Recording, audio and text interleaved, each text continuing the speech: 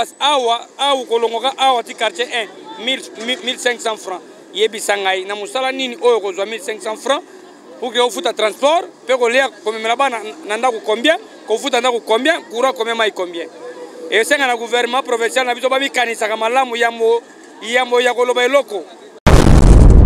Bato bazo souffrir ka transport ezalité. Bien que bazwa ki mesure pour protéger la population, mais balinga que pas prévoir na nos conditions ba chauffeur parce que carburant est cher. Ba chauffeur ba moni que ceux qui ba memi batemi sato ba memi batemi balé alors que carburant est à 2000 1950 bazo gagner té. Pe ko pesa mitindo lokola lelo na tongo mumbano mukanisi lelo na tongo. Na tongo awa mutu ko mo etelemi a pine to boka ba police ba bimeli yango et puis ba botoli chauffeur na receveur 189 000 francs. Awa. Et c'est bon on est kei wapi. Bomi yebisanga bomi tuna pe bango na to bituni bango mbongo ba police bazui. Et c'est kei na trésor public ou soit tekele ba poche na bango. Gouverneur provincial il faut bazalanga bato ba kanisaka.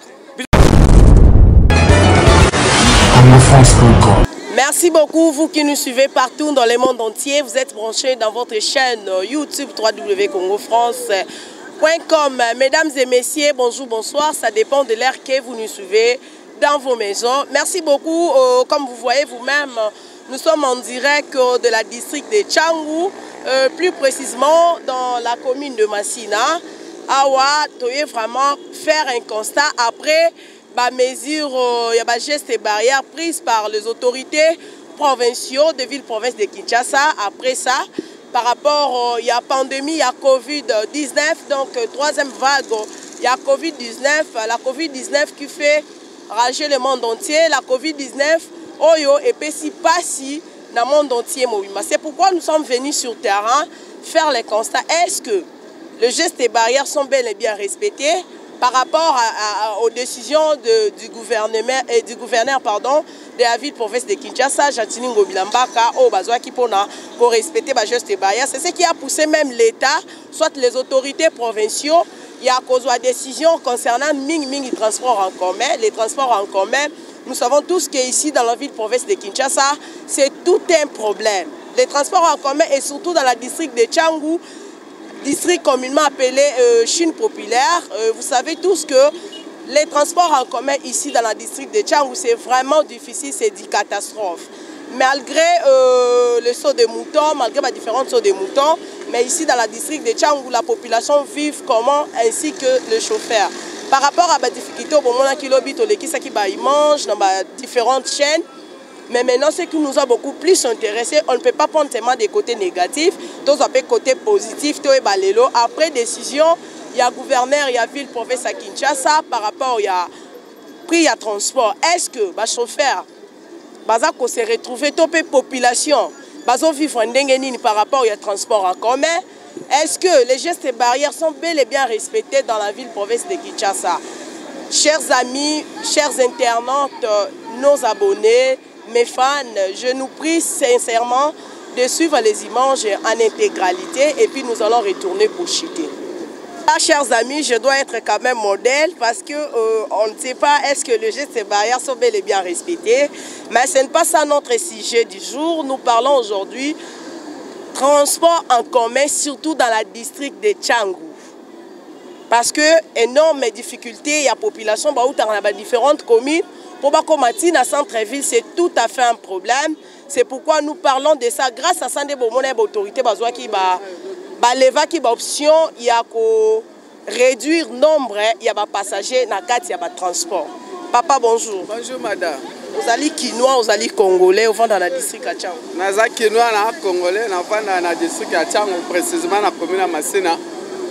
Par rapport à la décision de l'autorité, le gouvernement provincial qui lobby concernant le transport en commun. Parce que le lobby souffre qui batamboli makolo.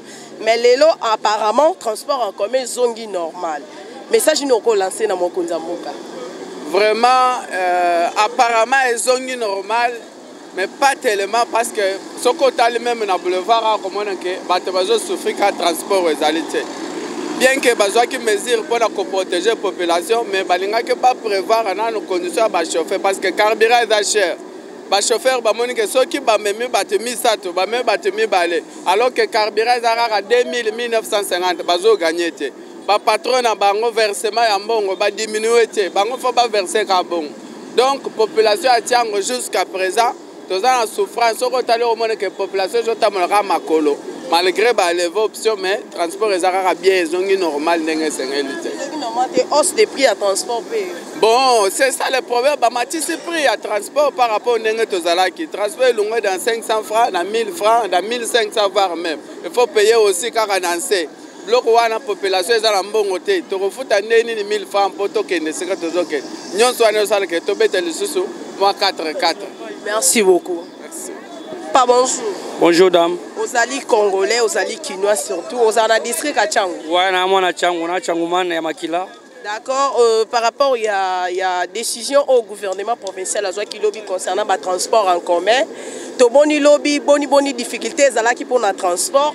Mais quand c'est l'autre apparemment la décision ba longoli en transport raison normal. Message nous ko lancer na ba konzamboka. Est-ce que les gens eloko moko ko reprocher surtout dans le gouvernement provincial là? Ouais, na ko reprocher na bango ka boye. Iyambo ko kata ndingisa uso de ko pesa ndingisa eloko esenga ba mi kanisa nanu malam. Pour le moment, le peuple congolais a une souffrance totale.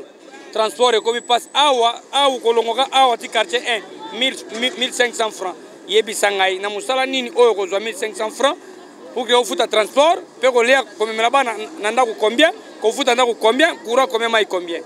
Et c'est un gouvernement provincial qui a dit que il y a des locaux.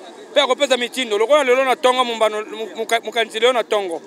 Na tonga awa mutu kwa mo etelemi a pine toboka ba police ba bimeli yango et puis ba botoli chauffeur na recevoir 189 000 francs awa et c'est mbongo ane kei wapi bomi yebisanga na bomi tuna pe bango na to bituni bango mbongo ba police bazui et c'est kei na trésor public ou soit tekele ba poche na bango gouverneur provincial il faut bazalaka bato ba kanisaka biso tozana bango za bo biso to tchaka bango bango zo ka jamais ba décision na marque na bango ke ba sala po ke no et si ba bonga.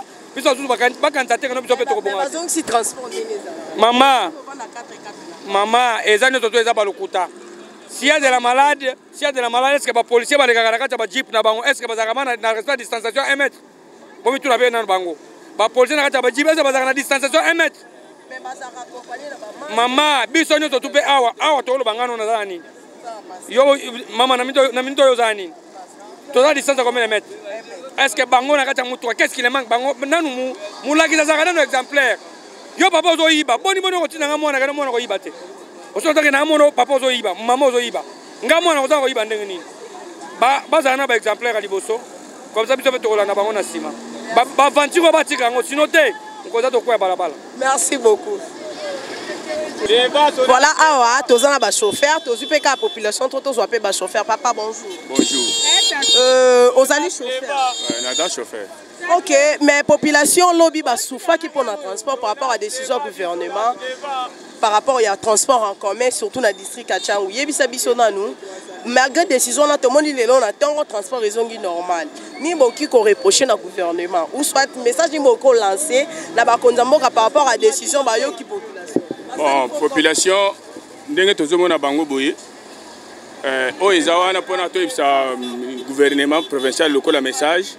Il faut avant ba mesure, ba calculer ba paramètres, ba bekeno population est en cas de souffrance. Alors, kozwa message pas maté sans que otala o équilibré calculer ni négo salema, Alors, OK, merci. Mati asali mabe akisande tana posa wana te aba makamne wana akisande transport ekita ezane ezalaki ba confirmer wana ezaka babilo mo apama. Bonjour maman. Lelo tomoni lobby gouvernement provincial azwa ki décision par rapport à transport en commun surtout bido na batamoto baloba ki mutu moko kaka client moko na yo chauffeur. Mais lelo apparemment décision en gros balongoli yango parce que population ba souffre qui makasse. Vous avez un message au lancer na ba kontamboka malgré sa carburant qui titopé difficulté ni bozana parce que ba musu ba lo ba transport ezaka ya oma. Transport ezaka mata et mata ki lobi pour la population ne souffre marasi pour ba dimnaki nombre de personnes dans transport. Il y a la population souffre marasi mais au moment le long de ton travail na biso to mo na biso ça va tous na biso deux personnes transport ezaka même ata embouteillage pesa souter mo moni ba kile baza ba laisse normal. Bonne à la bien, tant mboka moi passe ça, il faut pas comprendre un peu la population. Il faut que souffrir la population, le sentiment là-bas. Il faut pas y barra. Que casser les qui ne marasi, surtout dans Tchangou. Tchangou que casser les qui marasi. Il faut pas y avoir pas là, il y a pas mis il doit se belle fort autour de ça. La CPL formé. C'est bon.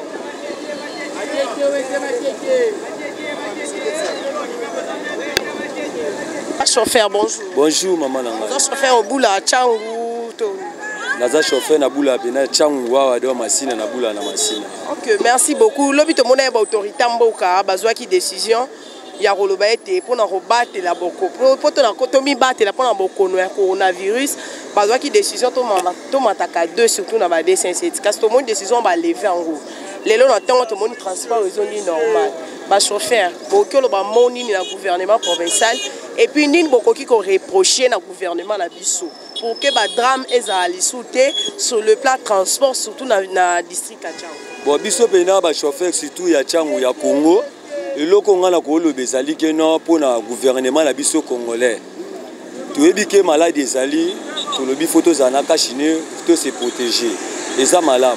Côté ya transport, ka chine to se respecter ngo to ko chaka chine mais batika tozala kaka ndenge tozalaka mais mutu nyonso asi respecter ala ta kachine na ye il suffit pour ça l'ande bien pour ça on a kachine oza normal oza ko mibatela mais pour na ba makambo ya ba dede donc wana za souffrance tozonyo comme po un nde tozabu classe bana bazotanga malamu te kolia eza bien te ba biloko komata transport ba tia sous dede côté au coronavirus to kosuka wapi donc papa Gentini Ngobila gouverneur na biso ya Congo talanga mwana au chauffeur tozonyo comme père lembise la biso kota mama dede wana 4 to vanda kaka to respecter ka chine na biso boinde tozaboye to ko se protéger et za malamu mais pona ba makambu ya ba dede wana ote wana pena to konyo kama tala lobi le ba mama banyo kami ngai kutu mwasi na nga zonga kindaku ba yibiye 50,000 saki nyonso ya oteka ekei pona ba désordre en tout cas papa Gentini Ngobila papa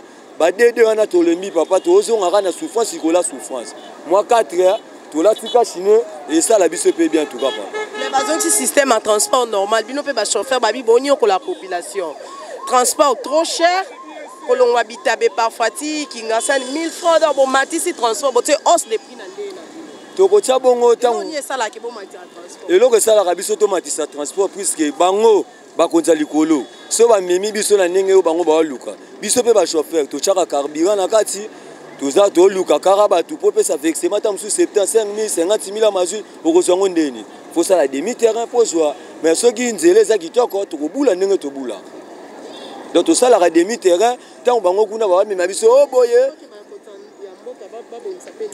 babongisa en tout cas surtout biso na Tchangou to ça la difficulté transport makasi ba maman ba papa ba yaya tozo kemba tozo souffrir makasi to ça la demi terrain ceux qui bango pe ba kakaseri koto ba ta transport koto surtout ba ta transport okozwaka mutu mo bazaki ne kuluna mutu azaki ne soki wapi oyeka mama ba komi mutu transport yo chauffeur okotele mabo okoya zo kotelo na mutu kaloka mutu alinya boma mutu so pendeni en tout cas papa faut kotala batu bozo chaba sala misala so mutu transport aza pena mutu aza na nation ya makamu pena ya mutuka ndenge pena ezalela.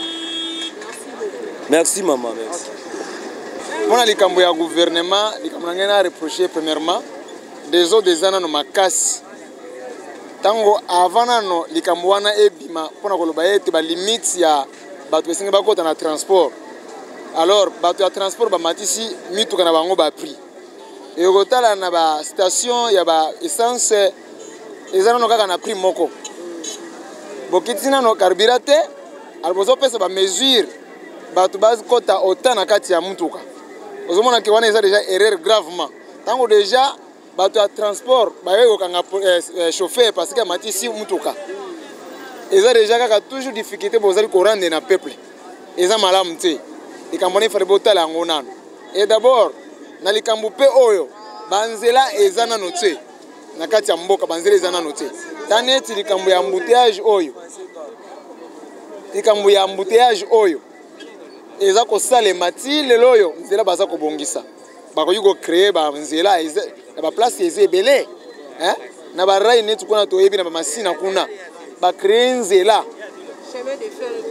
chemin de fer ekufa on a tra akufa train za kasute fonctionne asute siko yo na ba étape ya ba transport difficulté kozala neti transco ememaka même ata de 100 na ndambu déjà transco balobi ke non bato bavanda alors na baare wana bato bakobanda kovanda ebele c'est-à-dire transport commun en commun ekopesaka toujours difficulté parce que population ezali au-delà ya mituka tokozalaka na difficulté ya babiloko ya batransport wana alors vraiment likambo mosusu na ngai olobaka yango wana il faut batalela biso makambo wana. Merci beaucoup. Papa oloba bon nga mpo namoni likambo eza boye omona mboka na biso ka biso moko bakongole to mitema mabe président na biso aza na baida bien aza na initiative bien mais biso bakongole to mitema mabe.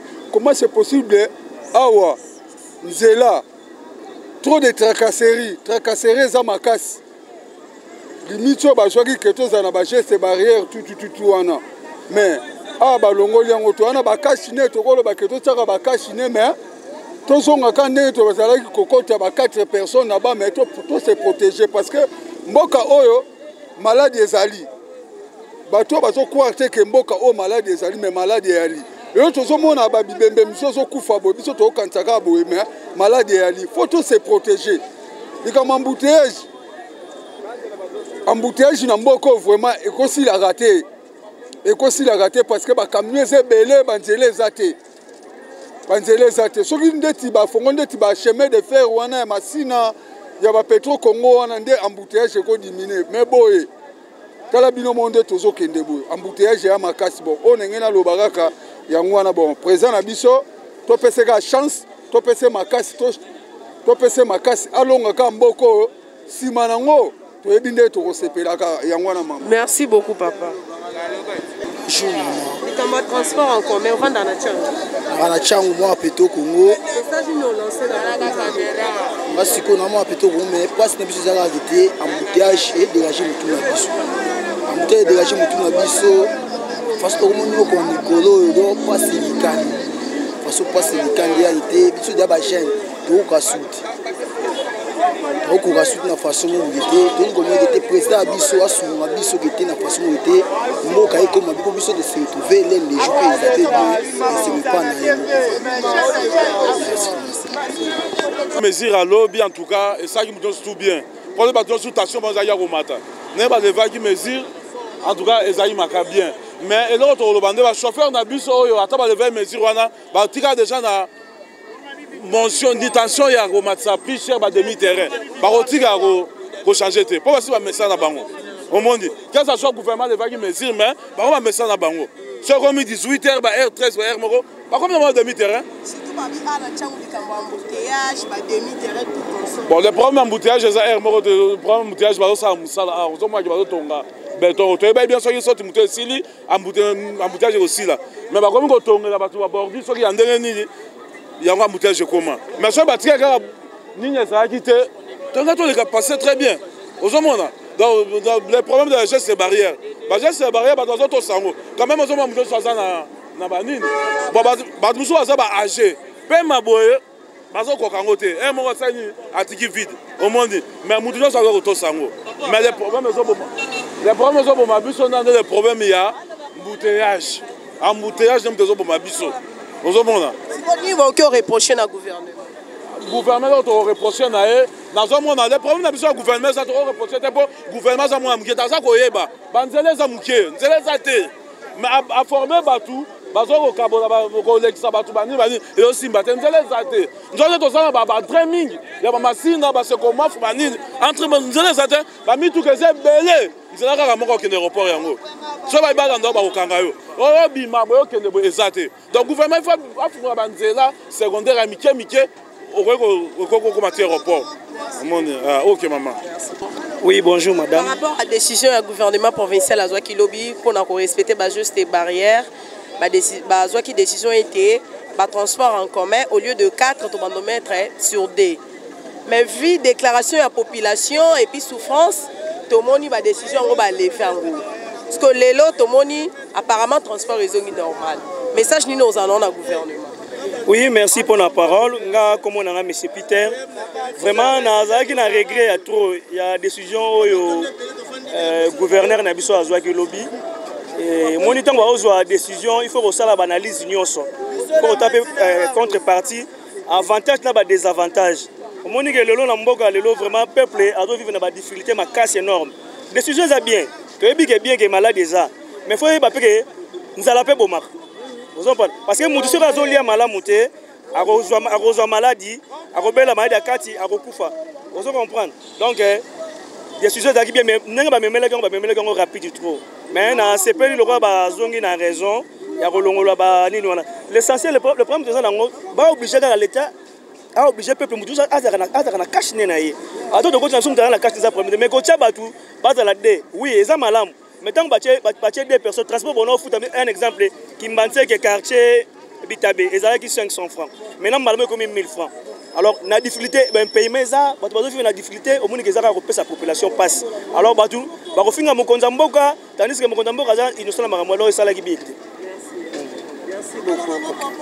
Voilà, merci mingi Bandeko Balandi. J'espère que bozu par topé réaction ya congolais moko et surtout il y a population oyo bazalaka na district ya Tchangu moko ndenge bapesi ba point de vue na bango par rapport il y a Oetali transport en commun. Je nous rappelle déjà que Tchangu ezali district le plus populaire, district otobenga Chine populaire.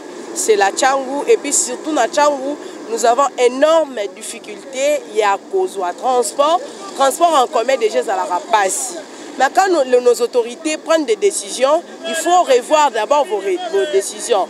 Coup de chapeau parce que vous avez quand même entendu la souffrance de la population. Enfin, transport et zongi normal, tout en respectant juste barrières. Merci beaucoup. Continuez de s'abonner massivement. Vous ne serez pas déçus. Merci à Onésime Canard qui était derrière la caméra, assisté par le DG Junior Tankwei, mon ami Info Perso. Donc, merci à vous qui nous soutenez partout. Vous êtes partout dans le monde entier. Vous nous avez suivis. En tout cas, je vous aime tant. Continuez de s'abonner massivement.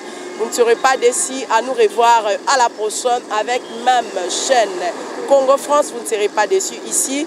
L'information à temps réel. Merci. Congo France.